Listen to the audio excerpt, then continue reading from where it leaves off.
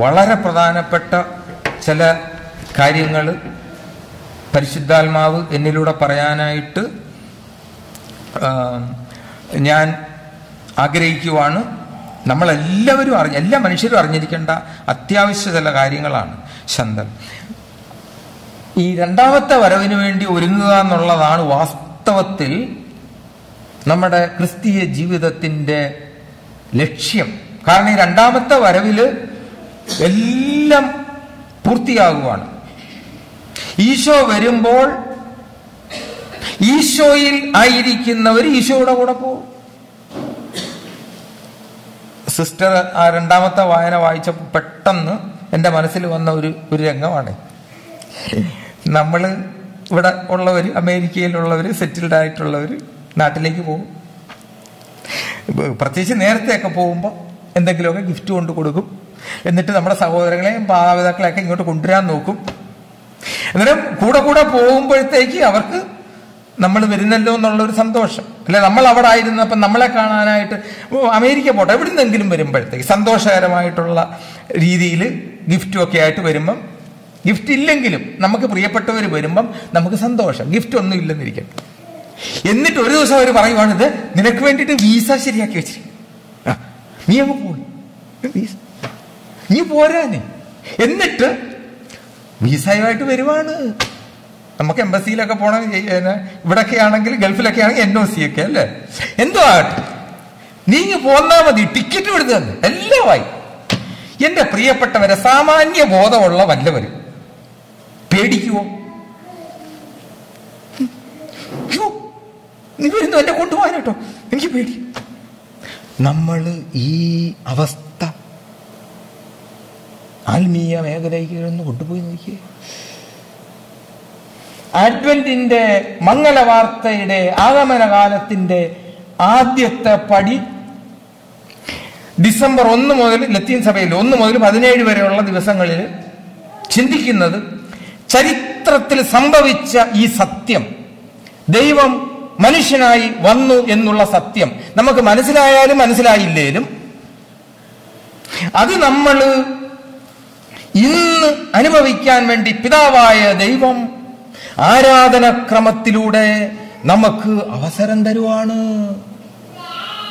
നമ്മൾ ചെയ്യേണ്ടത് ഈ വായനകളിലൊക്കെ കേൾക്കാൻ പോകുന്നത് പോലെ, കേട്ടതുപോലെയും ഇതിനകത്ത് നമ്മളങ്ങ് ആയാ മതി. അനന്യസിസ് ഇപ്പോൾ സംഭവിപ്പിക്കുന്നു. ഈശോ തിരിച്ചു വരുന്നത് വരെയും രക്ഷാകര രഹസ്യം മുഴുക്കയും തുറന്നുകൊണ്ടിരിക്കുകയാണ്. എന്റെ പ്രിയപ്പെട്ടവരെ, വിശുദ്ധ കുർബാന ആവർത്തിക്കുകയൊന്നുമല്ല, റെപ്പറ്റീഷൻ അല്ല. ഒരിക്കൽ നടന്ന ബലി പൂർത്തിയാക്കി സ്വർഗത്തിൽ അതിങ്ങനെ തുറന്നുകൊണ്ടിരിക്കുകയാണ്. വെളിപാട് പുസ്തകം മുഴുക്കയും ഈ സ്വർഗീയ ബലിയെപ്പറ്റിയും ഈ സ്വർഗീയ ബലിയിലേക്ക് ഇവിടെയുള്ള ദൈവമക്കളെ കൊണ്ടുപോകുന്നതിനെ കുറിച്ചുമാണ്. ഇതിങ്ങനെ തുറന്നുകൊണ്ടിരിക്കുകയാണ്. അതിലേക്ക് നമ്മളെ പങ്കെടുത്തു വെക്കുകയാണ്. ഞാൻ കഴിഞ്ഞ ദിവസം പറഞ്ഞ് സ്വർഗത്തിലേക്ക് പോകാൻ ആരും ശ്രമിക്കരുത്. ബിഷപ്പിനോട് പരാതി പറയുന്നതിന് മുമ്പ് ഇതും കൂടെ ഓർക്കണമെന്ന് ഞാൻ പറഞ്ഞ്, സ്വർഗത്തിൽ ആയിരിക്കാൻ ശ്രമിച്ചാ മതി. നമ്മൾ മാമോദീസായിലൂടെ സ്വർഗത്തിലാണ്. രണ്ടാമത്തെ കാര്യം, ആരും കുർബാന കാണാൻ പോകരുതേ. ഈ അച്ഛൻ പറഞ്ഞല്ലേ കുർബാന കാണാൻ പോകരുതെന്ന്, അതുകൊണ്ട് ഇനി ഞങ്ങൾ പള്ളി വരുന്നില്ല എന്നല്ല, കുർബാന കാണാൻ പോകരുത്. അവിടെയാണ് നമ്മുടെയൊക്കെ തകർച്ച. ഞാൻ ഉൾപ്പെടെ കേട്ടോ. നിങ്ങൾ വിചാരിക്കുന്നു ഈ അച്ഛൻ ഇപ്പൊ ഇവിടെ നിൽക്കുന്നോണ്ട് ഇതൊക്കെ പറയാം. അല്ല, ഞാൻ അവിടെ ഇരുന്നൊരു സമയം ഉണ്ടായിരുന്നേ. നല്ലതുപോലെ നിങ്ങളെപ്പോലൊക്കെ, നിങ്ങളുടെ കാര്യം എനിക്കറിയില്ല, എന്തെങ്കിലും ആട്ടെ, നല്ലതുപോലെ ഇങ്ങനെയുള്ള കാര്യങ്ങളിൽ അറിവില്ലാതെയൊക്കെ തന്നെയാണ് ഞാനും കഴിഞ്ഞത്. പക്ഷെ പതുക്കെ പതുക്കെ പരിശുദ്ധാത്മാവ് അറിതെന്ന് ഇതിന്റെ വെളിച്ചത്തിൽ എൻ്റെ പ്രിയപ്പെട്ടവരെ നമ്മൾ ചിന്തിക്കേണ്ടത്, വിശുദ്ധ കുർബാനയിൽ നമുക്കൊരു പങ്ക് ഉണ്ട്. തിരുസഭ ആധികാരികമായിട്ട് വത്തിക്കാൻ കൗൺസിൽ രേഖയിൽ പറയുന്നുണ്ട്, ഫുൾ കോൺഷ്യസ് ആക്റ്റീവ് പാർട്ടിസിപ്പേഷൻ. അതാണ് വിശുദ്ധ ബലിയിൽ നമ്മൾ ചെയ്യേണ്ടതെന്നേ. ശിരസാകുന്ന രണ്ടാമത്തെ വായനയെ, ആ വായന വായിക്കുക എന്നുള്ളത് പലപ്പോഴും വലിയ പ്രശ്നമുള്ള കാര്യമാണ്. എന്നോട് ആൾക്കാർ വന്ന് പറഞ്ഞിട്ടുണ്ട്, വേറെ അച്ഛന്മാരോടും പറഞ്ഞു കാണില്ല, father don't read this section. Okay, കാര്യം എന്താണ്? Wives be submissive to your husbands. ഈ 21-ാം നൂറ്റാണ്ടിൽ അമേരിക്കയിലോ. So don't read that. അത് കഴിഞ്ഞിട്ടുള്ളതൊക്കെ പറയും. തിരുവചനത്തില് വെള്ളം ചേർക്കാൻ പാടില്ല. എന്താണ് പരിശുദ്ധാത്മാവ് പറയുന്നത്? ഭാര്യമാരെ തിരുസഭ ശിരസായ ക്രിസ്തുവിന് വിധേയായിരിക്കുന്നത് പോലെ നിങ്ങൾ വിധേയരെ. എന്നിട്ട് ഭർത്താക്കന്മാരെ സഭയാകുന്ന ശരീരത്തിനു വേണ്ടി മിശിഹ സ്വയം സമർപ്പിച്ചതുപോലെ നിങ്ങൾ സമർപ്പിക്കാൻ. അതൊന്ന് തിരിച്ചറിഞ്ഞു കഴിഞ്ഞാൽ പിന്നെ വിധേയപ്പെടലിന് മുമ്പ് എങ്ങനെ ഞാൻ ബലിയാകാമെന്നാണ് രണ്ടുപേരും ചിന്തിക്കാൻ പോകുന്നത്. ബലിയാണിത്, വളരെ പ്രധാനമാണത്. വിവാഹമെന്ന കൂദാശയിൽ സംഭവിക്കുന്നതും വിശുദ്ധ കുർബാനയും. എന്താ സംഭവിക്കുന്ന വിശുദ്ധ കുർബാനയില്? ബ്രദർ ഇതൊക്കെ വിശദമായിട്ട് പറഞ്ഞു കാണുമായിരിക്കും. എങ്കിലും വിശുദ്ധ കുർബാനയുടെ മധ്യത്തില് തിരുസഭ തന്നിരിക്കുന്ന, ഈശോ തന്നിരിക്കുന്ന ആ അധികാരത്തിന്റെ വെളിച്ചത്തിൽ, അധികാരം എന്ന സേവനമാണ്. ഞങ്ങൾ വൈദികരുടെ അധികാരം നിങ്ങൾ അൽമായരെ സേവിക്കുക എന്നുള്ളതാണ് കേട്ടോ. അധികാരം എന്നുള്ള വാക്ക് അധികാരം തന്നെയാണ്. ഒരപ്പന് അധികാരമുണ്ട്, ഭർത്താവിന് അധികാരമുണ്ട്. അവർക്ക് കൊടുത്തിരിക്കുന്ന, ദൈവം കൊടുത്തിരിക്കുന്ന അധികാരം വേറെ ആർക്കും അവകാശപ്പെടാൻ പറ്റത്തില്ല. ഇതൊക്കെ നമ്മൾ തിരിച്ചറിയാം. നമുക്കൊരു ഉറപ്പ് വേണം. എന്നിട്ട് ബലിയിൽ എന്താ സംഭവിക്കുന്നത്? ഈശോ, ശിരസ്സാകുന്ന ഈശോ ദുഃഖവെള്ളിയാഴ്ച തുടങ്ങിയ ബലി, വാസ്തവത്തിൽ പുത്രൻ തമ്പുരാൻ സ്വർഗം വിട്ടപ്പോ തുടങ്ങിയതാണ് ബലി. പക്ഷെ പൂർത്തിയാക്കിയ ബലി അതിങ്ങനെ കൊണ്ടുവരുവാണ്. എന്നിട്ട് പരിശുദ്ധ അമ്മ കുരിശിന്റെ ചോട്ടി നിന്നതുപോലെ നമ്മളെയും നിർത്തിയിരിക്കുക. തിരിച്ചറിയണം. വിശ്വാസത്തിന്റെ കണ്ണുകൊണ്ട് കണ്ടാൽ മതി. ആദ്യത്തെ വായനയില് ദൈവത്തെ ശരിയായിട്ട് അറിയുക എന്നുള്ള വിളി, അതറിഞ്ഞു കഴിഞ്ഞാൽ സകലതും ഈശോ കാണുന്നത് പോലെ കാണാൻ നമുക്ക് സാധിക്കും. എന്താണ് കാര്യം? എന്റെ പ്രിയപ്പെട്ടവരെ, ഈ ലോകം സൃഷ്ടപ്രപഞ്ചം മുഴുക്കയും ആദിഭാവം മൂലം തലകുത്തി നിൽക്കുക. ഈശോ വന്നതൊക്കെ നേരെയാക്കി. പക്ഷെ നേരെയാക്കിയത് കാണണമെങ്കിൽ നമ്മൾ ഈശോയുടെ കണ്ണുകളിലൂടെ നോക്കണം. പരാക്രമം ഒന്നും പിടിക്കണ്ട കേട്ടോ. മാമോദീസായിലൂടെ നമ്മൾ ആരാണോ അതിലങ്ങ് ആയിരുന്നാ മതി. അതുകൊണ്ടല്ലേ എഫേസുസാർക്ക് എഴുതിയ ലേഖനം 6-ാം അധ്യായം 1-ാം തിരുവചനമാണെന്ന് തോന്നുന്നു, അല്ലേ സിസ്റ്റർ? 1-ാം തിരുവചനം. മക്കളെ, നിങ്ങൾ ക്രിസ്തുവിൽ, കണ്ട ആ ഒരൊറ്റ വാക്കാണ് ഇതിന്റെയൊക്കെ കേന്ദ്രം. ക്രിസ്തുവിൽ മാതാപിതാക്കൾക്ക് വിധേയരായിരിക്കും, അനുസരിക്കും. ഭർത്താക്കന്മാരെ, നിങ്ങൾ ക്രിസ്തുവിൽ ഭാര്യമാരെ സ്നേഹിക്കും. ഭാര്യമാരെ, നിങ്ങൾ ക്രിസ്തുവിൽ ഭർത്താക്കന്മാർക്ക് വിധേയരായിരിക്കും. അതാണ് ഇതിന്റെയൊക്കെ കേന്ദ്രം. ഈശോയെ നന്ദി. നിങ്ങൾ പ്രാർത്ഥിച്ചുകൊണ്ടിരിക്കണേ. നന്ദി ഈശോയെ. എന്റെ പ്രിയപ്പെട്ടവരെ, വേറെ ഒരു മല പറിക്കാനും പോകണ്ടേ. നമ്മൾ മാമോദീസായിലൂടെ ഈശോയിലായി അവിടെ അങ്ങ് നിന്നാ മതി. അതിനു വേണ്ടിയാണ് ബാക്കി സകലതും. ബ്രദറിന്റെ ധ്യാനവും മറ്റെല്ലാ ധ്യാനങ്ങളും, രോഗശാന്തിയും. പ്ലീസ്, രോഗശാന്തിക്ക് വേണ്ടി ഒന്നും ധ്യാനം കൂടരുതേ. ഇതാണ് ഏറ്റവും വലിയ രോഗശാന്തി. എന്റെ ആത്മാവില് ഈശോ അല്ലാത്തത് എന്തെങ്കിലും ഉണ്ടോ? അത് രോഗാണുവാണ്, ഇൻഫെക്ഷനാണ്. കളഞ്ഞേ പറ്റൂ. ഒന്ന് സാമാന്യ ബോധമല്ലയോ നമ്മൾ? ആദ്യത്തെ കാര്യോട് വിസയും കിട്ടി, വിസ സിറ്റിസണായി പെങ്ങടെ കൂടെ വരുവാണ്, അല്ലെങ്കിൽ ആരുടെയെങ്കിലും കൂടെ വരുമ്പോഴത്തേക്ക് ലഗേജ് പെട്ടുപ്രമാണിയോ എല്ലാം കൂടെ നാട്ടിലുള്ള എല്ലാം കൂടെ കൊണ്ടുവരാന്ന് വെച്ചിരിക്കട്ടെ. ആകെ അനുവദിച്ചിരിക്കുന്ന എത്ര കിലോയാ? 2 ബാഗല്ലേ. എന്തെല്ലാം തവള്. ഇതില്ലാതെ ഞാൻ വരുന്നില്ലെന്ന് പറഞ്ഞു കഴിഞ്ഞാലോ നീ എവിടെ ഇരുന്നോന്ന് പറയും അല്ലേ? ലിമിറ്റുണ്ട്. ക്രിസ്തുവിലായിരിക്കണമെങ്കിലേ ക്രിസ്തു അല്ലാത്ത ഒന്നും വയ്യ. എന്നെ ചെയ്യാനായിട്ടാണ്. അതുകൊണ്ട് ക്രിസ്തുവിൽ ആയിരിക്കുക. 2 കോറിന്തോസുകാർക്ക് എഴുതിയ 2-ാം ലേഖനം 6-ാം അധ്യായം 17-ാം തിരുവചനം. ക്രിസ്തുവിൽ ആയിരിക്കുന്നവൻ പുതിയ സൃഷ്ടിയാണ്. കഴിഞ്ഞതെല്ലാം, പഴയതെല്ലാം കടന്നുപോയി, പുതിയവ വന്നു കഴിഞ്ഞാൽ മാമോദീസായിലൂടെ നമ്മൾ അതിലായി. ഈ കൂടാരത്തിൽ ഇരിക്കുന്ന ഈശോയിലാണ് പ്രിയപ്പെട്ടവരെ നമ്മളെ. മാതാവ് ചെയ്തതുപോലെ മാത്രം ചെയ്തോണ്ടാ മതി, ബാക്കിയൊക്കെ കൂടെ വരും. അന്നേരം എന്ത് സംഭവിക്കുന്നു? ഈ ആഗമനകാലത്തിൽ നമ്മൾ കടന്നു പോകുമ്പം ഇന്നത്തെ വായനയുടെ വെളിച്ചത്തില് സ്നാപക യോഹന്നാന്റെ ജനനം, ആ അപ്പനും അമ്മയും പാവം സക്കറിയ എലിസ അമ്മയും നോക്കിയേ. ലൂക്ക 1:6 അവർ ദൈവത്തിന്റെ മുമ്പിൽ നീതിനിഷ്ഠരും ഉണ്ട്. ബ്രദർ നീതിയെക്കുറിച്ചൊക്കെ പറഞ്ഞു കാണുമായിരിക്കും. നീതിനിഷ്ഠരായിരുന്നേ, തിരുവചനമാണ്. നീതിനിഷ്ഠരും കർത്താവിന്റെ കൽപ്പനകളും പ്രമാണങ്ങളും കുറ്റം അറ്റ വിധം അനുസരിക്കുന്നവരുമായിരുന്നു. നോക്കണേ, വല്ല കുറവുണ്ടായിരുന്നു. പക്ഷേ ആള് മൂകനായിപ്പോയി. ഇതെന്നാ കർത്താവായത്? പക്ഷേ പ്രശ്നം ഇതാണ്. ഞാൻ പണ്ടൊക്കെ ചിന്തിച്ചിട്ടുണ്ട്, അതല്ല സക്കറിയയുടെ കാര്യങ്ങളും മാതാവിന് കൊടുത്ത മംഗല വാർത്തയുടെ കാര്യവും നമ്മൾ വെച്ച് നോക്കിയാൽ മിക്കവാറും എല്ലാം ഒരേ പടിയാണ്. നല്ല വാർത്ത വന്ന് അതേ മാലാഖ വന്ന് ഒരാള് രണ്ടുപേരും പേടിച്ച് ചോദ്യവും ചോദിച്ചേ. സക്കറിയ മൂഹനായി പാവം, വിഷമം തോന്നരുത് കേട്ടോ, പരിശുദ്ധ അമ്മയ്ക്ക് നല്ലതുപോലെ സ്തുതിപ്പിന്റെ വരവും കിട്ടി. എന്ത് പറ്റി ഇതിന് പറയുന്നേ?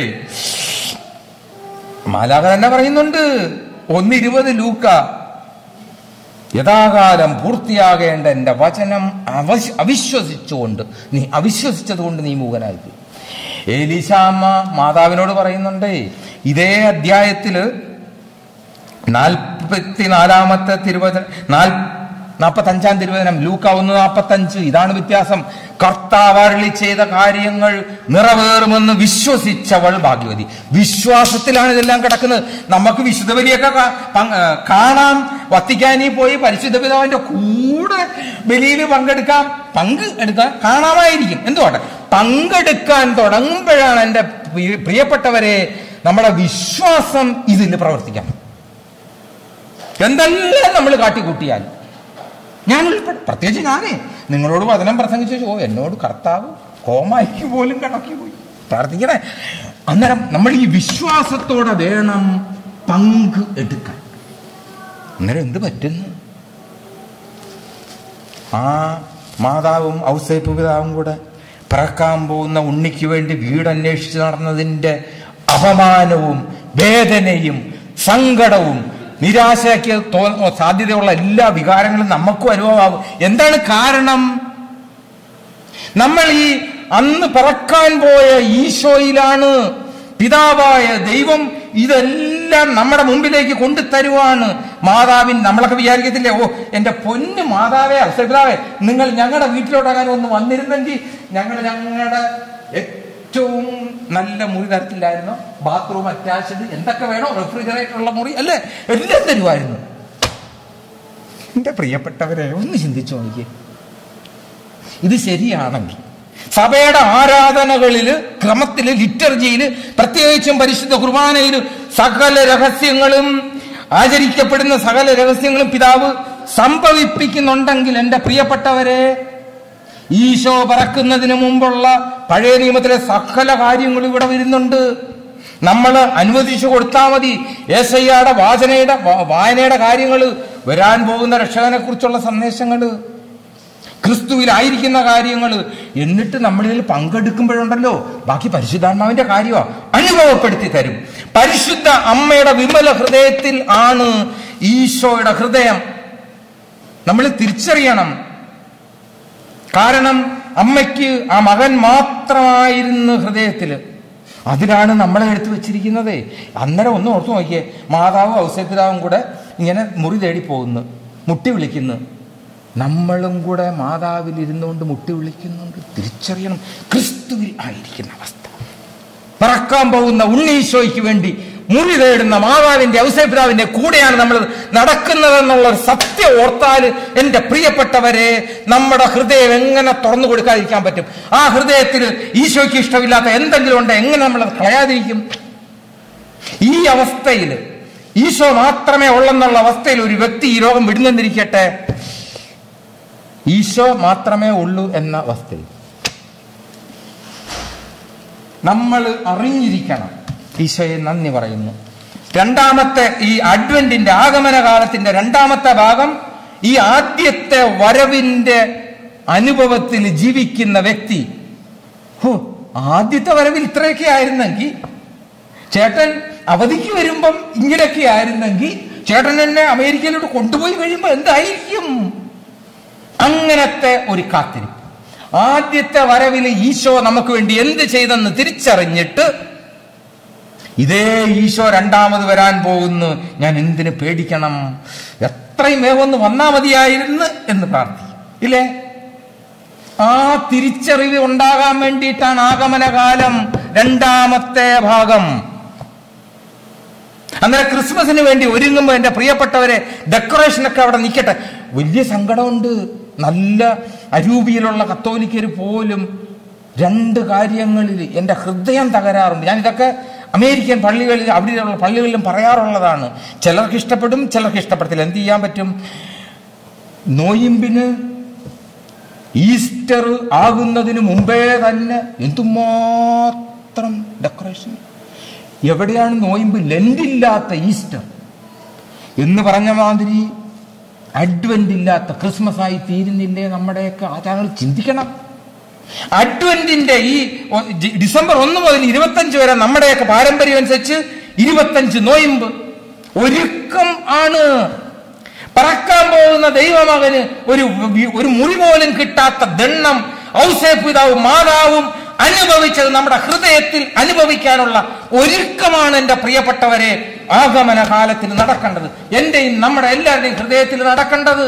അത് നടക്കുന്നില്ലെങ്കിൽ എങ്ങനെ ഈശോയുടെ പിറവിയുടെ ആ സന്തോഷം മാതാവിനും ഔസേപ്പിതാവിനും ഉണ്ടാവില്ല? എങ്ങനെ നമുക്കുണ്ടാകും? നമ്മൾ ചിന്തിക്കണം. ഞാൻ പറയുന്ന ഒരു തെറ്റു വല്ലതും ഉണ്ടെങ്കിൽ എന്റെ പ്രിയപ്പെട്ടവരെ, ഈ ഖുർആന കഴിഞ്ഞ ഉടനെ എന്നെ ഒന്നൊന്ന് കാണണേ, എനിക്ക് തിരുത്തി തരണേ. കാരണം തെറ്റുകൾ പിന്നെ കൂടുതൽ പറയരുതല്ലോ. നമ്മളൊന്ന് തിരിച്ചറിയണം. ആഗമനകാലം ക്രിസ്മസ് വരെയും ഒരുക്കത്തിന്റെ സമയമാണ്. എന്റെ ഈശോ, പരിശുദ്ധ അമ്മയിൽ ജനിച്ച അതേ ഈശോ, എന്നിൽ ജനിച്ചിരിക്കുന്ന അതേ ഈശോ പൂർണ്ണത പ്രാപിച്ചുകൊണ്ടിരിക്കുന്ന അവസരമാണ് ഈ ലോകത്തിലെ എന്റെ ജീവിതമെന്ന് നമ്മൾ തിരിച്ചറിയണം. ഈശോ തിരിച്ചു വരുന്നത് വരെ എന്റെ പ്രിയപ്പെട്ടവരെ, ഗർഭത്തിൽ കിടക്കുന്ന ശിശു 9 മാസം നൊന്ത് പ്രസവിച്ച എന്റെ പ്രിയപ്പെട്ട ഭർത്താക്കന്മാരും അപ്പന്മാരും നിങ്ങൾ വേറെ ഒന്നും ഓർത്തില്ലേലും ഭാര്യമാരോട് ഈ ഒരൊറ്റ കാര്യം ഓർക്കണം കേട്ടോ. നിങ്ങളുടെ കൂടെ ശരീരമാണ് ആ പാവം അമ്മ വയറ്റി കൊണ്ട് നടന്നതല്ലേ 9 മാസം. വേറെ എന്തെങ്കിലും ആയിക്കോട്ടെ, അവരൊത്തിരി കൊള്ളരുതാഴ് കാണിക്കുന്നത്. നിങ്ങളുടെ കുഞ്ഞിനെ വയറ്റി കൊണ്ട് നടന്നാൽ എപ്പോഴും അന്തം വിട്ടുപോകും. നിങ്ങൾ എങ്ങനെ ഇതിനെ കൊണ്ടു നടന്നത്? ചില അമ്മമാര് പ്രഗ്നന്റായ അനങ്ങരുതെന്നാ പറയുന്നത്. കിടന്ന കിടപ്പല്ലേ, മാസങ്ങളുള്ള നഴ്സന്മാർക്ക് അറിയാമല്ലോ അല്ലേ? നിങ്ങൾ സഹിക്കുന്ന പരാക്രമങ്ങളെ എന്തിനു വേണ്ടി? ഈ കുഞ്ഞിന് വേണ്ടിയിട്ടേ. നമ്മൾ തിരിച്ചറിയണം. ഇതേപോലെ ഈശോയാകുന്ന ശിശു നമ്മുടെ ഹൃദയത്തിൽ മാമൂസായിലൂടെ ജനിച്ച് പൂർണ്ണത പ്രാപിക്കണം. എഫേസൂസുകാർക്ക് എഴുതിയ ലേഖനത്തില് 4-ാമത്തെ അധ്യായത്തിൽ വ്യക്തമായിട്ട് പറയുന്നുണ്ട്. ഇതിനു വേണ്ടിയിട്ടാണ് ബ്രദർ തോമസ് പോളിനെ അയച്ചിരിക്കുന്നത്, എല്ലാ ധ്യാനഗുരുക്കന്മാരെ അയച്ചിരിക്കുന്നത്. എന്റെ സിസ്റ്റർ ഒന്ന് പെട്ടെന്ന് എടുത്തേ, സമയം പോകുന്നുണ്ടായിരിക്കും. എന്ത് ചെയ്യാനായിട്ടാണ്? നിങ്ങൾ എനിക്ക് വേണ്ടിയിട്ട് പ്രാർത്ഥിക്കും. എഫേസൂസ് 4 ഈശോയെ നന്ദി പറയുന്നു. ഈശോയെ 4 7 മുതലൊന്ന് വായിച്ചേ. 7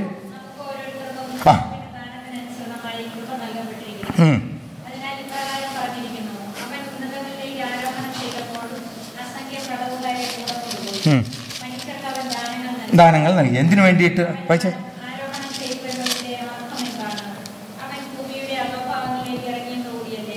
ഈ 11 മുതലൊന്ന് വായിച്ചേ.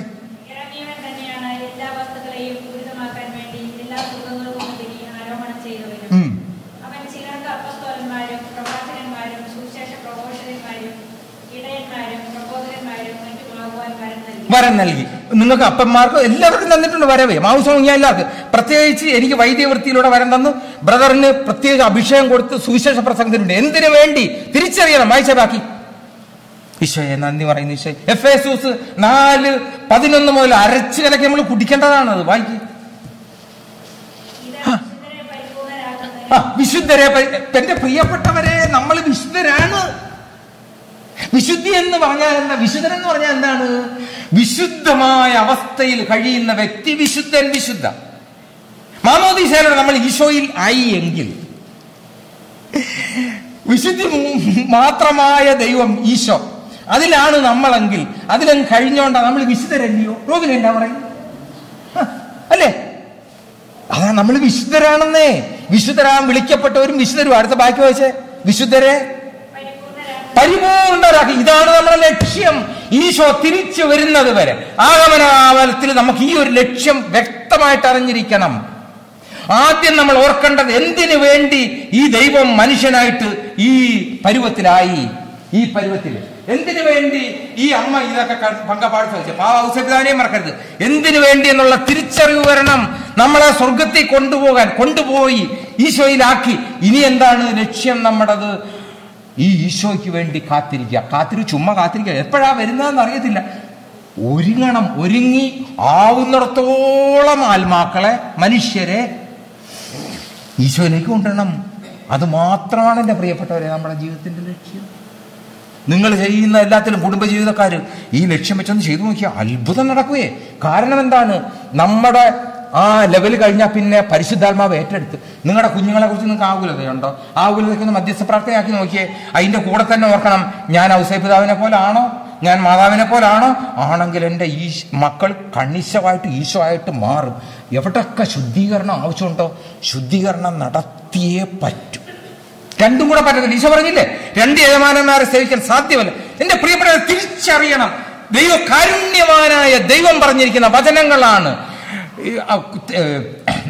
രക്ഷപ്പെടുന്നവർ ചുരുക്കമാണോ എന്ന് ചോദിച്ചപ്പോൾ ഈശോ എന്താ പറഞ്ഞത്? പലരും ശ്രമിക്കും, സാധിക്കാതെ പോകും, ഇടുങ്ങിയ വഴിയിൽ വാതിലൂടെ പ്രവേശിക്കും. ഒത്തിരി വിഷമമുള്ള കാര്യമാണിത്. ഈ ലോകത്തിൻ്റെതായിട്ടുള്ള ആകർഷങ്ങൾ ഞങ്ങളുടെ കൂമ്പാരമായ അമേരിക്കയിൽ ജീവിക്കുക, വിശുദ്ധിയിൽ ജീവിക്കുക വളരെ പ്രയാസമുള്ള കാര്യമാണ്. പക്ഷേ ക്രിസ്തുവിലായിരുന്ന അവിടെ ആരാ? രഞ്ജിത്താണോ? മകനെയാണ് വടിവെച്ചിരിക്കുന്നത്?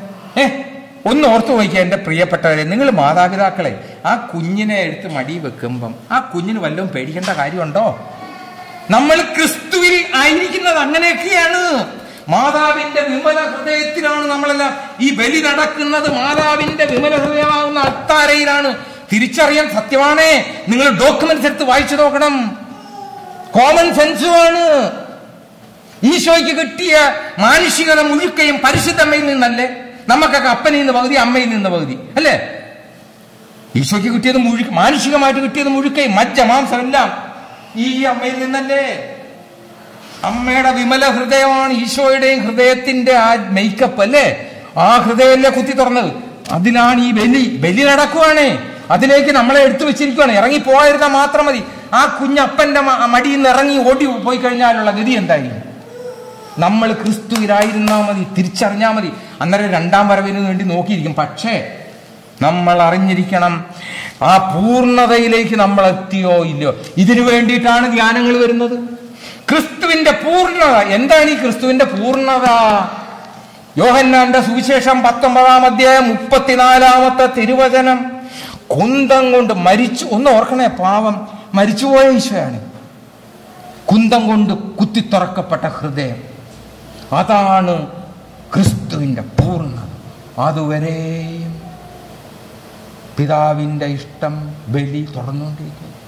നമ്മുടെ ജീവിതത്തിൽ നമ്മുടെ ഏറ്റവും പ്രിയപ്പെട്ടവരിൽ നിന്നായിരിക്കാം ഈ കുത്തിത്തുറക്കപ്പെടുന്ന അനുഭവം വരുമ്പോഴാണ് തിരിച്ചറിയണം, എൻ്റെ പ്രിയപ്പെട്ടവരെ, ഈശോയുടെ പരിപൂർണത. എൻ്റെ ഈശോയെ നന്ദി, അങ്ങയുടെ ബലിയിൽ എന്നെ പൂർണ്ണമായി പങ്കെടുത്തേ നന്ദി. അന്നേരമല്ലേ ഈ അമ്മയുടെ ഹൃദയത്തിലൂടെ വാളുപോയത്? തിരിച്ചറിയാം. പക്ഷെ എന്ത് സംഭവിച്ചു? ആ കുത്തിത്തുറക്കപ്പെട്ട ഹൃദയത്തിൽ നിന്ന് രക്തവും, അവസാനത്തുള്ളി രക്തവും ജലവും ഒഴുകാൻ തുടങ്ങി. ആ ഒഴുക്കിങ്ങനെ തുറന്നുകൊണ്ടിരിക്കുവാണ്. തിരിച്ചറിയണം, കത്തോലിക്ക തിരുസഭയുടെ 7 കൂദാശകളും അവിടെ തുടങ്ങിയതാണ്. ഈ ഒഴുക്കിങ്ങനെ ഒഴുകിക്കൊണ്ടിരിക്കുകയാണ്. യോഹന്നാന്റെ സുവിശേഷം 7-ാം അധ്യായം 37 പോലുള്ള തിരുവചനങ്ങളിൽ ഈശോ പറഞ്ഞില്ലേ, ആർക്കെങ്കിലും ദാഹിക്കുന്നെങ്കിൽ എന്റെ അടുക്കൽ വന്ന്. അതിനാ ഇങ്ങനെ വെറുതെ ഇരിക്കുന്നേ? എന്റെ അടുക്ക വന്ന് നോക്കിയിരിക്കാനാണോ പറഞ്ഞിരിക്കുന്നത്? എന്നാ പറഞ്ഞു? റോബിന് കുടിച്ചോണ്ടാ മതിയെന്ന്. കുടിച്ചോണ്ടാ. നമ്മൾ തിരിച്ചറിയണം, ഇത് ഫിലോസഫി ഒന്നുമല്ല, തത്വശാസ്ത്രമല്ല, സ്പിരിച്വൽ ഡയറക്ഷനും സൈക്കോതെറാപ്പി ഒന്നുമല്ല. അതിനൊക്കെ സ്ഥാനങ്ങളുണ്ട്. പക്ഷെ ഇത് ജീവിക്കുന്ന ദൈവത്തിന്റെ പ്രവർത്തനം തുടരുന്നതാണ്. ഓരോ കുരിശുരൂപവും കാണുമ്പോൾ ഓർക്കണം, ഇതിൽ നിന്നൊഴുകിക്കൊണ്ടിരിക്കുന്ന ആ പ്രവാഹമാകുന്ന പരിശുദ്ധാത്മാവാകുന്ന ജീവജലത്തിലേക്ക് നമ്മളെ ഇങ്ങനെ മുക്കി നിർത്തിയിരിക്കുവാണ്. എന്തിനു നമ്മൾ പേടിക്കണം? പേടിയുണ്ടെങ്കിൽ ആദ്യം ചെയ്യേണ്ടത് ആത്മശോധനയെ നല്ലൊരു കുമ്പസാരം നടത്തിയാൽ. എന്തൊക്കെയാണ് എൻ്റെ ഹൃദയത്തിലുള്ള അറ്റാച്ച്മെന്റ്, പിടിച്ചു വെച്ചിരിക്കുന്നത്. നിങ്ങൾ മിക്കവരും ഹോളി ഡോറിലൂടെ ഒക്കെ പോയി കാണുമായിരിക്കുമല്ലോ, ഇല്ലേ? ഹോളി ഡോറെ, വിശുദ്ധവാതിൽ, നല്ല കാര്യം. ഈ കഴിഞ്ഞ വർഷത്തെ ഈ വിശുദ്ധ വർഷത്തെ ജൂബിലിയുടെ കരുണയുടെ വർഷത്തിന്റെ ഓരോ കാര്യവും നിങ്ങളൊന്ന് എടുത്തു നോക്കണം. അതിന്റെ പുസ്തകം മലയാളത്തിലുണ്ട്, ഡോക്യുമെന്റ്, കരുണയുടെ മുഖം, അല്ലേ? ഈശോയെ കുറിച്ചാണ്. അതെടുത്ത് പടിപടിയായിട്ട് നമ്മളെല്ലാം ഗ്രഹിക്കണം. അതിലെ ചില കാര്യങ്ങളെ ഈ കരുണയുടെ വാതിൽ, ഈശോയാകുന്ന കരുണയുടെ വാതിലൂടെ കടന്നാൽ എന്താണെന്നുള്ളത് നമ്മൾ തിരിച്ചറിയണം.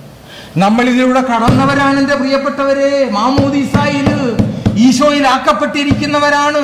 കരുണയുടെ വർഷത്തിന്റെ ലക്ഷ്യം ഈ കരുണയുടെ മുഖം ഞാൻ കാണുന്നുണ്ടോ? ഈ എന്റെ മുഖം ഈ കരുണയുടെ മുഖമായി മാറുന്നുണ്ടോ? മാറുന്നില്ലെങ്കിൽ എവിടൊക്കെയാണോ നമ്മൾ പറയത്തില്ലേ ബ്ലോക്ക്, പ്രാർത്ഥിച്ചിട്ട് ആ ബ്രദർ പറഞ്ഞു എനിക്കൊരു ബ്ലോക്ക് ഉണ്ടെന്ന്. എന്നാ ബ്രദർ ബ്ലോക്ക്? എന്തൊക്കെയാണോ എന്റെ അറ്റാച്ച്മെന്റ്, ഈശോയും ഞാനും തമ്മിൽ വേർതിരിക്കുന്ന എന്തൊക്കെയുണ്ട് അതൊക്കെ പോയേ പറ്റൂ. പൂർണ്ണ ദണ്ഡവിമോചനം നമുക്ക് കിട്ടിയല്ലേ, ഇല്ലേ? അതിന്റെ മിണ്ടാതിരിക്കുന്ന വല്ല പറഞ്ഞു, ഞാൻ അങ്ങോട്ട് വരാമായിരുന്നു, പക്ഷെ വരണം. പൂർണ്ണ ദണ്ഡവിമോചനം, പൂർണ്ണ ദണ്ഡവിമോചനം കിട്ടിയെന്നേ. എന്റെ പ്രിയപ്പെട്ടവരെ തിരിച്ചറിയാൻ. എന്നതാണ് ദണ്ഡം എന്ന് പറഞ്ഞ അർത്ഥം? ദണ്ണവേ, ദണ്ഡം വലിയ പ്രയാസമുള്ള കാര്യമാണ്. കത്തോലിക്കത്തിൽ ആധികാരികമായിട്ട് കാറ്റഗിസത്തിൽ പഠിപ്പിക്കുന്നുണ്ട്. പൂർണ്ണ ദണ്ഡ വിമോചനം മുഴുക്കയും അനുരഞ്ജന കൂദാശയോട് ബന്ധപ്പെട്ടാണ് കിടക്കുന്നത് എന്ന് പറഞ്ഞ കുംഭസാരം എന്ന കൂദാശയോട് ബന്ധപ്പെട്ടാണ് ദണ്ഡവിമോചനം കിടക്കുന്നത്. ഇന്റലിജൻസ്. ദണ്ഡം എന്ന് പറഞ്ഞാൽ പ്രഹരം, അല്ലേ? ശിക്ഷ ഉള്ള പോലെ പറയാമല്ലോ, ശിക്ഷ. അതിൽ നിന്ന് വിമോചനം തിരുസഭ പഠിപ്പിക്കുവാണ്. എന്റെ പ്രിയപ്പെട്ടവരെ, നമ്മളൊക്കെ ഇത് അറിഞ്ഞിരിക്കണേ. ഇതിന്റെ തുടക്കത്തിൽ പരിശുദ്ധ പിതാവ് വിശുദ്ധ ജോഹന്നാൻ രണ്ടാം മാർപ്പാപ്പ പറഞ്ഞിരിക്കുന്നത് ഷുവർ നോം ഫോർ ടീച്ചിങ് ദ ഫെയ്ത്ത്. തെറ്റത്തില്ല, നമ്മൾ ഇതിൽ പറഞ്ഞിരിക്കുവാണ് ഓരോ പാപത്തിനും 2 പരിണത ഫലങ്ങളുണ്ട്, കടവും കറയും. തിരിച്ചറിയണം ഓരോ പാപത്തിനും. ഈശോയുടെ തൊലി ഒരു പക്ഷേ ഞാൻ മാന്തി കീറിയേക്കാം, കുഞ്ഞു മുറിവായിരിക്കും, ഈശോയ്ക്ക് വേദനയുണ്ട്. പാപം എന്ന് പറയുന്നത് ഈശോയിൽ വിശ്വാസമില്ലായ്മയാണ് എന്ന് പറഞ്ഞാൽ ഈ തൂങ്ങിക്കിടക്കുന്നത് ജീവിക്കുന്ന ദൈവമാണെന്നും എന്റെ ഓരോ പാപത്തിനും ഈ ഈശോയെ ഇന്നും വേദനിപ്പിക്കാൻ സാധിക്കും. തുടരുവാണ് ദുഃഖവെള്ളിയാഴ്ചയെ. തിരിച്ചറിയണം ആ വേദന, ആ ഘട്ടം, ആ കറ, വലിയ പാപം ആ പാഷൻ ഓഫ് ദ ക്രൈസ്റ്റ് വേണ്ടി അടിച്ചു പൊട്ടിക്കുവാണ്. അകത്തേക്ക് കയറുന്ന മുറിവ്, അതാണ് മാരക പാപം. എന്ത് പാപമായിക്കോ, ഓരോ പാപവും ഈശോയെ വേദനിപ്പിക്കുന്നുണ്ടെന്ന് തിരിച്ചറിഞ്ഞു കഴിഞ്ഞാൽ ഞാനും നമ്മൾ ആരും ആയിക്കോട്ടെ എങ്ങനെ പാപം ചെയ്യും? തിരിച്ചറിഞ്ഞാൽ മതി. എന്നിട്ടോ കറയുമുണ്ട് കടവുമുണ്ട്. രണ്ടും ഈശോ ദുഃഖവെള്ളിയാഴ്ച പരിഹരിച്ചു, ശരിക്കും പൂർത്തിയാക്കിയെന്നേ. ബ്രദർ, ഇതൊക്കെ വിശ്വമായിട്ട് നിങ്ങൾ പറഞ്ഞു കാണുമായിരിക്കും. കഷ്ടമുണ്ട്, എനിക്ക് വരാൻ കഷ്ടമൊന്നുമില്ല, എനിക്ക് ഈ തൊഴുത്തിൽപ്പെടാത്ത വേറെ ആടുകളുണ്ടെന്ന് ഈശോ പറഞ്ഞ മാതിരി അപ്പുറത്ത് വേറെ ഇതിലൊക്കെയൊക്കെ കൊണ്ട് കൂദാശ ഉണ്ടാകും, കുമ്പസാരം ഉണ്ടാകും, എന്തെങ്കിലും ആട്ടെ. കറയും കടവും ഓരോ പാപത്തിനുണ്ട്. നമ്മൾക്ക് ഈശോ ഇതെല്ലാം മോചിച്ചു തന്നു. പക്ഷെ ചെക്ക് ഒപ്പിട്ട് എൻഡോഴ്സ് ചെയ്ത് എടുത്താലല്ലേ കാശ് കിട്ടുള്ളൂ, ഇല്ലേ? എന്ന് പറഞ്ഞ മാതിരി നമ്മൾ സ്വീകരിക്കണമേ. എന്നിട്ട് ഒന്ന് ഓർത്ത് നോക്കിയേ, നിങ്ങളുടെ കാര്യമൊക്കെ വിടും. ഞാൻ മാമോദീസ മുങ്ങിയ കാലം മുതൽ ഇന്ന് വരെ 63 വയസ്സാകാൻ പോകുന്നു. ചെയ്തു കൂട്ടിയ പാപങ്ങളെ, എന്താ ഈ പറയുന്നത്? അതിൻ്റെയൊക്കെ കടം കറ എല്ലാം ഈശോ ഏറ്റെടുത്ത്. എങ്കിലും ഞാനും കൂടെ പങ്കെടുക്കണ്ടേ? ഞാനും കൂടെ പങ്കെടുക്കണം. ഈശോ അനുവാദം ചോദിക്കുന്നുണ്ട്. പൂർണ്ണ ദണ്ഡവിമോചനത്തിന് സകലതും ആ നിമിഷം വരെയുള്ള കടം മുഴുക്കയും കടം തീർക്കുവാണ്. ഞാൻ ഈ ജനൽ തന്നെ പൊട്ടിച്ചാൽ, അല്ലെങ്കിൽ ഡിൽജോയുടെ കീബോർഡാകട്ടെ, ഞാൻ ഈ ഡിൽജോയുടെ കീബോർഡിന് എന്തെങ്കിലും ക്ഷതം വരുത്തിയാൽ ഡിൽജോയോട് പറഞ്ഞാൽ ക്ഷമിക്കുമായിരിക്കും. ഒന്നുമില്ല, ഒരു അച്ഛനല്ല, പോട്ടെ, ബ്ലസ്സിയും ക്ഷമിക്കുമായിരിക്കും, ആ കൊച്ചും ക്ഷമിക്കുമായിരിക്കും. പക്ഷെ എന്റെ ഡിൽജോ വല്ലവരും പുതിയത് മേടിച്ചു തരണ്ടേ? വേണ്ടേ? കടവേ, കടം നീതിയുടെ പ്രശ്നമാണേ. ഇതൊന്ന് ഗുണിച്ചു നോക്കിയ ഗുണനപ്പട്ടിയൊക്കെ എല്ലാവർക്കും അറിയാമല്ലോ. ഞാൻ ചെയ്ത് കൂട്ടിയ എണ്ണമില്ലാത്ത പാപങ്ങൾ 1,00,000 എന്ന് വെച്ചോ ഒരു ദിവസം, അറിയത്തില്ല കേട്ടോ. നീതിമാൻ 7 തവണ പാപം ചെയ്ത്. നമ്മൾ തിരിച്ചറിയണം, പാപം ചെയ്യാൻ സാധ്യതയുണ്ട്. എന്തുവാട്ടെ, ചെയ്ത പാപങ്ങളുടെ കടവ് എന്തായി പറയുന്നത് എനിക്ക് പോലും അറിയില്ല. ഇതെല്ലാം നിമിഷ നേരം കൊണ്ട് ദുഃഖവെള്ളിയാഴ്ച ഈശോ പൂർത്തിയാക്കിയ ബലിയുടെ യോഗ്യത തിരിച്ചറിയണം. നമ്മൾ ചെയ്യുന്ന പുണ്യപ്രവൃത്തി കൊണ്ടൊന്നുമല്ല, നമ്മൾ പുണ്യപ്രവൃത്തി ചെയ്യുന്നത് ഈശോ നമ്മളിലൂടെ രക്ഷാകര കൃത്യം പൂർത്തിയാക്കുന്നതിൽ പങ്ക് എടുക്കുക മാത്രമാണ്. പുണ്യപ്രവൃത്തിയൊക്കെ ചെയ്യുന്ന ഈശോയാണ്. ഈശോയിലാണോ നമ്മൾ ഈശോയും കൂടെ ചെയ്യുന്നു. എന്നിട്ട് എന്ത് പറ്റുന്നു? പൂർണ്ണ ദണ്ഡവിമോചനത്തിന് വേണ്ടി ഞാൻ ദാഹിക്കുമ്പോൾ നമ്മൾ ക്ലെയിം ചെയ്യണവേ.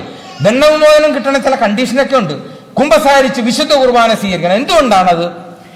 ഈശോയിൽ ആയിരിക്കുമ്പോൾ ആ കുഞ്ഞ് രഞ്ജിത്തിന്റെ അപ്പന്റെ മടിയിലിരിക്കുന്നത് കൊണ്ട് അപ്പന്റെ സ്നേഹം ഇങ്ങനെ ഒഴുകിക്കൊണ്ടിരിക്കുവാണ്. അവൻ അറിഞ്ഞാലും അറിഞ്ഞില്ല. നമ്മൾ ഈശോയിൽ ആയിരുന്നാൽ, ക്രിസ്തുവിൽ ആയിരിക്കുമ്പം ഈശോയുടെ ഹൃദയത്തിൽ നിന്ന് ആ കൃപ ഇങ്ങനെ വന്നുകൊണ്ടിരിക്കും. ഒന്നുമില്ല തടയാൻ. 100% ഒഴുകിക്കൊണ്ടിരിക്കുക. ഈശോയുടെ തിരുരക്തത്തിന്റെ ഒരു കണിയ വീണാ പോരെ, ഉടനെ പരിശുദ്ധം. എന്നിട്ട് കടവും ഈശോ പറയാണ്, ഞാൻ എഴുതി തള്ളിയിരിക്കുന്നു പോരെ. പിതാവിനോട് പറയാ, പിതാവേ ഇവന്റെ കടം മുഴുക്കി, അബ്രാച്ചന്റെ കടം മുഴുക്കി ഞാൻ കേട്ടിട്ടില്ല കേട്ടോ, അവനെ വെറുതെ വിട്ട്. അന്നേരം നടക്കണം. ആ നിമിഷം ഞാൻ മരിച്ചാലുണ്ടല്ലോ, നിങ്ങൾ പൂർണ്ണ ദണ്ഡവിമോചനം കഴിഞ്ഞ് മരിച്ചാൽ ഒന്ന് ചിന്തിച്ചു പോയി. കോമൺ സെൻസ് ആണ്. ദണ്ഡമില്ലെന്ന് നേരെ നോൺ സ്റ്റോപ്പ് സ്വർഗത്തിൽ. തിരിച്ചറിയണം, സെക്കൻഡ് കമ്മിങ്ങിലാണ് വിവരം അറിയാൻ പോകുന്നത്. പേടിക്കേണ്ട ഒരു കാര്യമില്ല കേട്ടോ. നമ്മളെല്ലാവരും ഈശോയിലാണല്ലോ അല്ലെ. ഈ നിമിഷം മരിച്ചാൽ എത്രയും നേരത്തെ ആകുന്നു അത്രയും നല്ലത്. എന്നാലും ആത്മാക്കളെ നേടിയിട്ടൊക്കെ മതി. അന്നേരമേ അല്ല, ശരിക്കും രണ്ടാം വരവിനെ പേടിക്കണ്ടെന്നേ. ഞാൻ മരിച്ചു കഴിഞ്ഞാൽ പിന്നെ രണ്ടാം വരവ് കഴിഞ്ഞു എന്ന് പറഞ്ഞാൽ ഒരു തരത്തിൽ ഇല്ലേ. പിന്നെ ഞാനും നമ്മളെല്ലാം ഈശോയും കൂടെ ഇങ്ങോട്ട് വരാൻ പോകുന്നതേ. തെരഞ്ഞെടുക്കപ്പെട്ടവര് ഉറപ്പാണ്, നമ്മൾ തെരഞ്ഞെടുക്കപ്പെട്ടവരാണ്. എന്തിനാ പേടിക്കുന്നേ? മരിക്കില്ലെന്ന് പറയുന്നത് പ്രിയപ്പെട്ട ഇതാണ് സത്യം. മാമോദീസായിൽ നമ്മുടെ മരണം കഴിഞ്ഞ്, ലോകം പറയുന്ന മരണം നമ്മൾ നടക്കുന്നുണ്ട്. എന്താണ്? Sleeping in Christ. ഉറക്കം. അതൊക്കെ ആദ്യ സഭ പറഞ്ഞത് അല്ലേ പിതാ? അല്ലേ ബ്രദറെ? ഞാൻ പറയുന്നതല്ലേ, ബ്രദർ പറയട്ടെ. അപ്പൊ ഇത് തന്നെ അപ്രൂവൽ. എന്താണ്? നമ്മൾ ഈ മരിച്ചു കഴിഞ്ഞ് അതിന്റെ പൂർണ്ണതയിലേക്ക് പോവാണ് ജീവിക്കുന്നത്. ദൈവത്തിന്റെ ഉയിർപ്പിന്റെ പൂർണ്ണത. എന്തിനാ മരിക്കുന്നത്? അന്നേരം പക്ഷെ വേറൊരു കാര്യമുണ്ട്. എന്തുമാത്രം ഞാൻ ഈശോയിലാണ് എന്നുള്ളൊരിക്കും. ഞാൻ 99% ഈശോയിലാണ്. 1% ഇച്ചിരിയൊക്കെ അത് ഇതൊക്കെ അറ്റാച്ച്മെന്റ് എന്ന് പറയും. അറ്റാച്ച്മെന്റ്. എൻ്റെ പ്രിയപ്പെട്ടവരെ, പൂർണ്ണ ദണ്ഡവിമോചനത്തിന്റെ ഒരു കണ്ടീഷനെ പേടിക്കണം കേട്ടോ. എൻ്റെ ബ്രദറെ, ആ 33 ഡേയ്സിന്റെ ബുക്കില് ആ അച്ഛൻ പറഞ്ഞിട്ടില്ലേ ഒരു ഫിലിപ്പിനേറി അല്ലേ വിശുദ്ധന്റെ കാര്യം. അദ്ദേഹം, എനിക്ക് കൃത്യ നമ്പറൊന്നും ഓർക്കുന്നില്ല, അദ്ദേഹം എന്തോ റിട്രീറ്റ് നടത്തി പൂർണ്ണ ദണ്ഡവിമോചനം പ്രാപിക്കാൻ വേണ്ടിയിട്ട് വന്നവരൊക്കെയാണ്. എനിക്ക് കൃത്യ നമ്പർ അറിയത്തില്ല. വളരെ കുറച്ചു പേർക്ക് പൂർണ്ണ ദണ്ഡവിമോചനം കിട്ടുന്നുള്ളെന്ന് ആ അച്ഛൻ വിളിച്ചു പറഞ്ഞതായിട്ടാണ് എൻ്റെ ഓർമ്മ ശരിയാണെങ്കിൽ ഈ അച്ഛൻ എഴുതി വെച്ചിരിക്കുന്നത്. കാരണം ഇതാണ് കേട്ടോ. പൂർണ്ണ ദണ്ഡവിമോചനം കിട്ടണമെങ്കിൽ രഞ്ജിത്തിന്റെ കുഞ്ഞ്, രഞ്ജിത്തിന്റെയും ഭാര്യയുടെ പേര് വന്നു കേട്ടോ, ആ കൊച്ചിന്റെയും പൂർണ്ണ, രഞ്ജിത്തല്ലേ അത്, പ്രായം വന്ന് കണ്ണിനൊക്കെ ആ അപ്പന്റെ അമ്മയുടെ ഒക്കെ പൂർണ്ണ സ്നേഹം അങ്ങോട്ട് അനുഭവിക്കണമെങ്കിലേ പൂർണ്ണമായിട്ട് അപ്പന്റെ അമ്മയുടെ കൂടെ അല്ല വല്ല നടക്കുമോ? ദൂരെ ആണെങ്കിലും ഹൃദയം കൊണ്ട് ഒന്നിച്ചിരിക്കണ്ടേ എന്ന് പറഞ്ഞ മാതിരി ഈ പൂർണ്ണ ദണ്ഡവിമോചനം കിട്ടണേലേ ഒരു കണ്ടീഷൻ ഇതാണേ. No attachment to sin, not even venial sin. സഭ ആധികാരികമായിട്ട് പഠിപ്പിക്കുന്ന ഇത് കേട്ടോ. No attachment to any sin, even venial sin. ലഘുപാപത്തോട് പോലും ഒരു ആകർഷണ, അറ്റാച്ച്മെന്റ്, അടുപ്പം പാടില്ല എന്നേ. കാരണം ഇതാണേ, നമ്മൾ അറിയാലോ, രണ്ട് സംഗതികൾ തമ്മിൽ പശ വെച്ചൊട്ടിക്കുമ്പം ആ ഗ്ലൂവിന്റെ പുറകിലോട്ടല്ലേ instruction, clean the surfaces, both surfaces. വല്ല പൊടി വല്ലതും പിടിച്ചിട്ടുണ്ട് അതിലോട്ട് പശ വെച്ചിട്ട് പറ്റ വെച്ച് ഒട്ടാന്ന് തുടങ്ങിയാൽ റോബിനെ ഒട്ടുമോ? അശാരിപ്പണിയൊക്കെ അറിയാവുന്നല്ലേ? ഒട്ടത്തിൽ. എങ്ങനെ ഒട്ടും? പശ പൊടിയുമായിട്ടാണ് ഒട്ടുന്നത്. പശ തടി കഷ്ണമായിട്ട് ഒട്ടണമെങ്കിൽ തടി പൊടി രഹിതമായിരിക്കണം, അല്ലയോ? എങ്കിലും ഇതൊക്കെ ആത്മീയ ജീവിതത്തിൽ എത്രയോ സത്യം. പേടിക്കണേ. പൂർണ്ണ ദണ്ഡവിമോചനം കിട്ടണമെങ്കിൽ പരിപൂർണമായിട്ട് ഈശോയിലായിരുന്നാൽ മതി. അന്നേരം അതിന്റെ കൂടെ എല്ലാവരോടും, എൻ്റെ അച്ഛൻ എല്ലാവരോടും ഞാൻ ക്ഷമിച്ച്, പക്ഷെ ഈ വ്യക്തിയോട് അങ്ങോട്ട് വിട്ട് കൊടുക്കാൻ പറ്റുന്നില്ല. എന്താണ്? മറ്റവൻ ഹുക്കിട്ട് പിടിച്ചിരിക്കുക, ദുരാത്മാവേ. അവൻ ഒട്ടുമേ ഇഷ്ടമല്ല നമ്മൾ ഈശോയിൽ 100% ആയിരിക്കുന്നത്. രണ്ടും ആകാടാ. നീ ഒരു കാര്യം എടാ, ഇപ്പം മനുഷ്യനല്ലേ, നീ അവനെ കാണുമ്പോഴത്തേക്ക് എന്താ നമ്മൾ പറയുന്നത്? ഗുണത്തിനും ഇല്ല ദോഷത്തിനും. നീ അങ്ങ് കണ്ടില്ല എന്നുള്ള മട്ടിൽ അങ്ങ് പൊയ്ക്കോ. ഈശോയ്ക്ക് അറിയാമല്ലോ, ഈശോ മനുഷ്യനില്ലായിരുന്നു, നീ അങ്ങ് പൊയ്ക്കോ. നീ എന്നിട്ട് ഒരു മുഴുവൻ തെറ്റം അങ്ങ് ചെയ്യാൻ മതി. പിന്നെ അവന് വേണ്ടിയിട്ട് വല്ല നന്മയും ചെയ്തു പോട്ടെ. അങ്ങോട്ട് വലിയ അടുപ്പത്തിൽ നിന്നും പോകാൻ പോകണ്ട. സൂക്ഷിക്കണേ. സൂക്ഷിക്കണം. എന്താ സംഭവിക്കുന്നത്? ആ വ്യക്തിയോടുള്ള പിണക്കത്തിന്റെ തരിമതി അറ്റാച്ച്മെന്റ് ആയിട്ട് ഇങ്ങനെ കിടക്കുക എന്റെ ഹൃദയത്തിൽ. എങ്ങനെ, എന്റെ പ്രിയ ഒന്ന് ആലോചിച്ച് നോക്കിയ, എങ്ങനെ 100% ഈശോയോട് ഐക്യപ്പെടാൻ പറ്റും? ആ പൊടി മതിയല്ലോ. 99.99% ദണ്ണം വിമോചിച്ചു കഴിഞ്ഞു. ആ മിച്ചം കിടക്കുന്ന 0.01% ദണ്ണം കിടക്കുവാണ്. തിരിച്ചറിയണം. ഇത് കരുണയുടെ കുഴപ്പം, കരുണയില്ലായ്മയൊന്നുമില്ല. തിരുസഭ പറയുന്നത് ദണ്ഡ വിമോചനം, ശുദ്ധീകരണം. അതൊരു സ്ഥലമൊന്നുമല്ല. സ്ഥലം ഈ ലോകത്തിലേക്കുള്ളതാണ്. സ്ഥലവും സമയവും ഒരവസ്ഥയാണ്. നിങ്ങൾ ഓർത്തു നോക്കിയേ, ഭാര്യയല്ല, ഭർത്താവല്ല, കുഞ്ഞ്, നമ്മൾ ഏറ്റവും സ്നേഹിക്കുന്ന വ്യക്തി ദൂരെ പോയിരിക്കുന്നു, എവിടെങ്കിലും പോയിരുന്നു. അവര് തിരിച്ചു വരുന്നത് വരെ നിങ്ങളുടെ സന്തോഷം പൂർണ്ണമാണോ? യഥാർത്ഥ സ്നേഹം ഉണ്ടെങ്കിൽ അല്ലേ? എനിക്ക് നമുക്കുണ്ടോ ഭാര്യ ഭർത്താക്കന്മാരുടെ അറിവ്? എന്നാലും ഇല്ലേ? എങ്ങനെയെങ്കിലും ശുദ്ധീകരണം എന്ന് പറയുന്നത് എന്താണെന്നറിയാമോ? ശുദ്ധീകരണ സ്ഥലം ഒരു തേങ്ങലാണ്. എന്ന് എന്റെ ഈശോയെ മുഖത്തോട് മുഖം കാണാൻ പറ്റും, പരിശുദ്ധ അമ്മയെ പോലെ എന്റെ ഈശോയും ഞാനും കൂടെ ലയിക്കാൻ പറ്റും, അതുവരെയുള്ള വേദന, അതാണ് ശുദ്ധീകരണ സ്ഥലത്തിന്റെ വേദന. വിശുദ്ധമായ വേദനയാണ്, പക്ഷെ വേദനയാണത്, വേദനയാണ്. സഭ ആധികാരികമായിട്ട് തിരിച്ചറിയണം, പഠിപ്പിക്കുന്നുണ്ട്. ഒരു വ്യക്തി മരിക്കുന്ന നിമിഷം, ആരും ആയിക്കോട്ടെ, ദൈവനിഷേധികൾ പോലും മരിക്കുന്ന നിമിഷം ആ വ്യക്തിയുടെ ആത്മാവ് ശരീരത്തിൽ നിന്ന് വേർപെട്ട് സൃഷ്ടിച്ച പിതാവിന്റെ മുമ്പിൽ ചെല്ലുന്നു, ദൈവത്തിന്റെ മുമ്പിൽ ചെല്ലുന്നു. പർട്ടിക്കുലർ ജഡ്ജ്മെന്റ്, തനത് വിധിയുണ്ട്. ഏതവസ്ഥയിൽ ആ വ്യക്തി ഈ ലോകം വിട്ടോ ആ അവസ്ഥയിലാണ് ചെല്ലുന്നത്. ദൈവത്തെ വെറുത്താണ്, പിശാചിനെ ആരാധിച്ചാണ് പോയിരിക്കുന്നെങ്കിൽ സങ്കടത്തോടെ പിതാവ് പറയാം, എന്റെ മകനെ നീ ഈ കടുങ്കൈ കാണിച്ചല്ലോ, എങ്കിലും നിന്റെ ഫ്രീഡം, നിന്റെ സ്വാതന്ത്ര്യത്തെ ഞാൻ ബഹുമാനിക്കുന്നത് കൊണ്ട് നീ തെരഞ്ഞെടുത്ത വഴിയെ പോകാൻ ഞാൻ അനുവദിക്കുന്നു.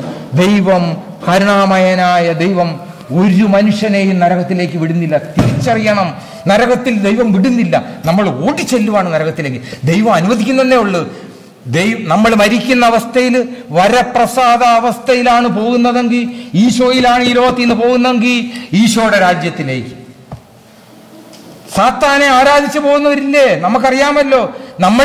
ഞാൻ വിചാരിക്കും വലിയ പാപമൊന്നുമില്ല, ഒത്തിരി സൂക്ഷിക്കണം. പ്രത്യേകിച്ച് പിണക്കത്തിന്റെ മേഖല, അശുദ്ധിയുടെ മേഖല, നീതിയുടെ മേഖല ഒത്തിരി സൂക്ഷിക്കണം. കഠിന പാപമുണ്ടോ എത്രയും വേഗം കുമ്പസാരിച്ചാൽ പറ്റൂ കേട്ടോ, അതിലേ പോവുള്ളൂ സാധാരണഗതി.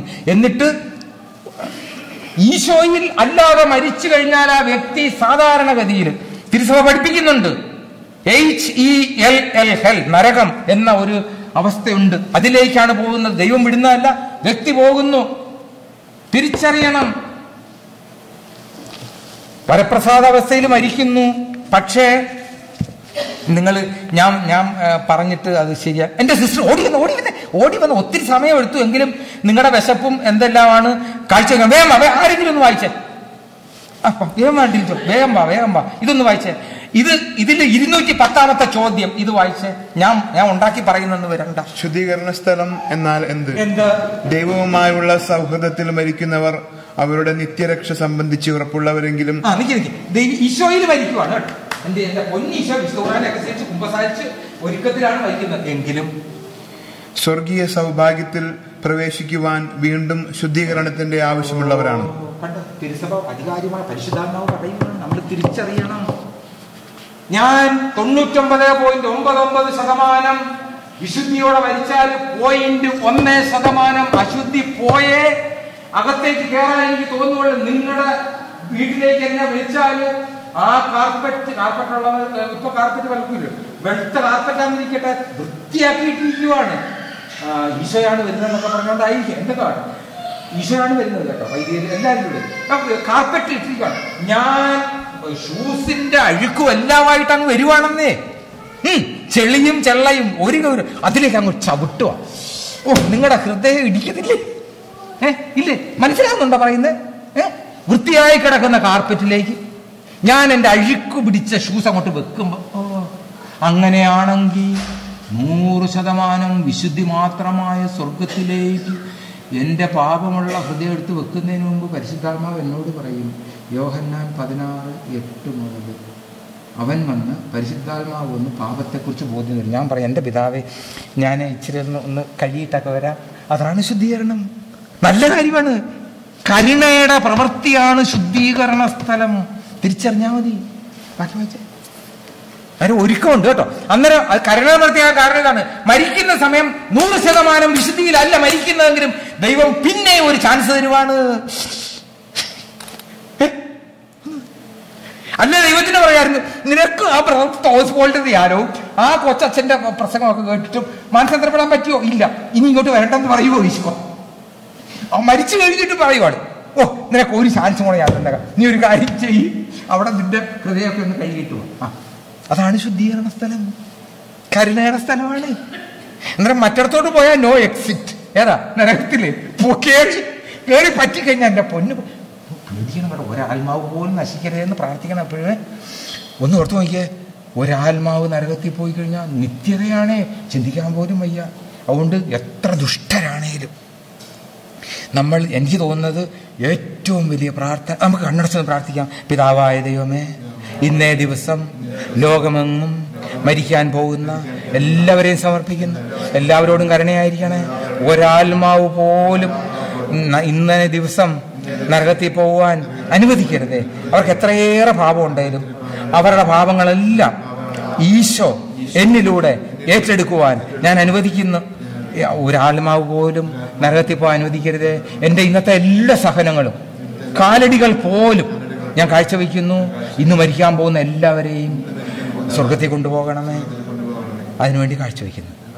നമ്മൾ പ്രാർത്ഥിക്കണം കേട്ടോ, വലിയതാണ്. പിന്നെ ശുദ്ധീകരണത്തിലുള്ളവർക്ക് വേണ്ടിയും, എൻ്റെ പ്രിയപ്പെട്ടവരെ, ഇതൊക്കെ വലിയ എണ്ണമുള്ള കാര്യമാണ്, എന്നാൽ വലിയ അനുഗ്രഹത്തിൻ്റെ കാര്യവും കൂടെയാണ് കേട്ടോ. അതുകൊണ്ട് നമ്മളൊക്കെ ഇതൊക്കെ ഓർത്തിട്ട് നമ്മുടെ വിശ്വാസത്തിലൊക്കെ ജീവിച്ചാൽ മതി. സമാധാനം കൊത്തി ഒഴുകി വരും. അന്നേരം സഹനങ്ങൾ പോലും അനുഗ്രഹത്തിനുള്ള വഴിയായിട്ട് കാണാൻ പറ്റും. അതിനൊക്കെ നമുക്ക് തരുന്ന കൃപ പരിശുദ്ധ അമ്മയും ഔസേപ്പിതാവും സ്വീകരിച്ച പോലെ നമുക്കും സ്വീകരിക്കാം. ഈ ബലിയിൽ പങ്കുചേരാം. ഇത് നിങ്ങൾ സ്വന്തമായിട്ട് വായിച്ചും ധ്യാനിച്ചും ഒക്കെ പ്രയോജനപ്പെടുത്തുക. ഇങ്ങനെയുള്ള സഭയുടെ പ്രബോധനങ്ങൾ. ഈശോ മിശിഹായ്ക്ക് സ്തുതിയായിരിക്കട്ടെ.